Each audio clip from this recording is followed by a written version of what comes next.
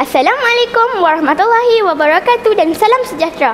Saya Nurhana Zafira binti Abdul Hafiz, merupakan pelajar Sekolah Kebangsaan Sekara. Saya merupakan seorang pengawas sekolah. Saya juga aktif menyertai pertandingan anjuran sekolah seperti bercerita, kuis dan sebagainya.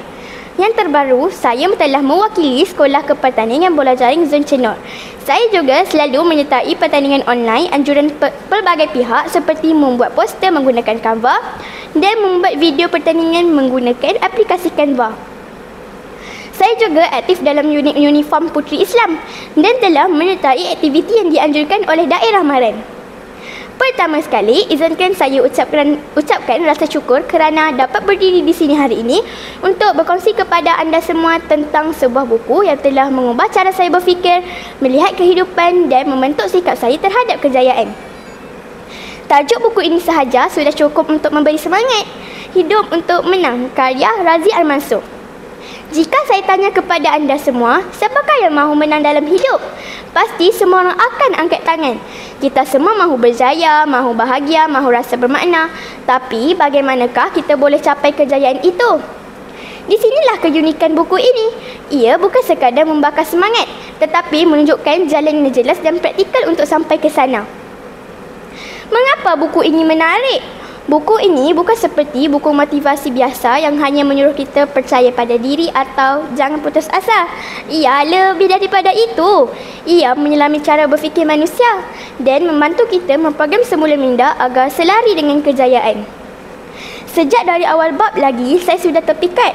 Penulis menerangkan bahawa kebanyakan orang yang gagal bukan kerana mereka lemah, tetapi kerana mereka tidak sedar bahawa mereka sendiri yang menjadi penghalang kepada kejayaan mereka.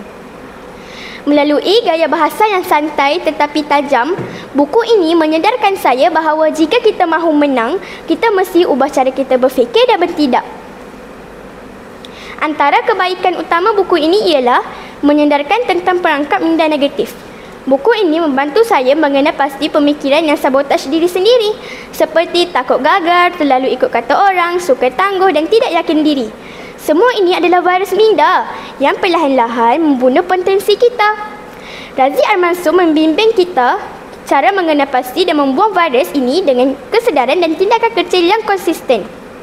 Yang kedua, teknik menetapkan matlamat dengan jelas dan realistik. Buku ini mengajar saya untuk tidak hanya bermimpi, tetapi untuk menulis matlamat dengan spesifik, letakkan tarikh dan pecahkan kepada langkah-langkah kecil yang boleh diambil setiap hari. Yang ketiga, menanam rasa tanggungjawab terhadap diri sendiri. Antara bahagian yang sangat menyentuh hati saya ialah apabila penulis mengatakan tiada siapa yang datang menyelamatkan hidup kamu. Kalau kamu mahu menang, kamu sendiri kena bertindak. Itu benar-benar menyedarkan saya. Kita tak boleh tunggu motivasi dari luar.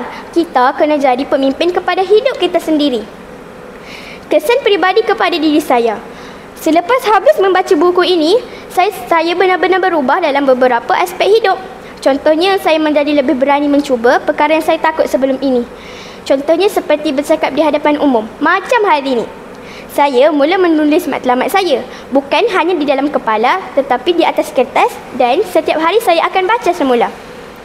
Saya kini lebih percaya pada potensi diri saya dan tidak lagi rasa perlu jadi sempurna dalam sebelum saya mula sesuatu. Buku ini menyedarkan saya bahawa kita semua berhak untuk menang. Tetapi kemenangan itu tidak akan datang kepada orang yang menunggu, ia datang kepada orang yang bergerak.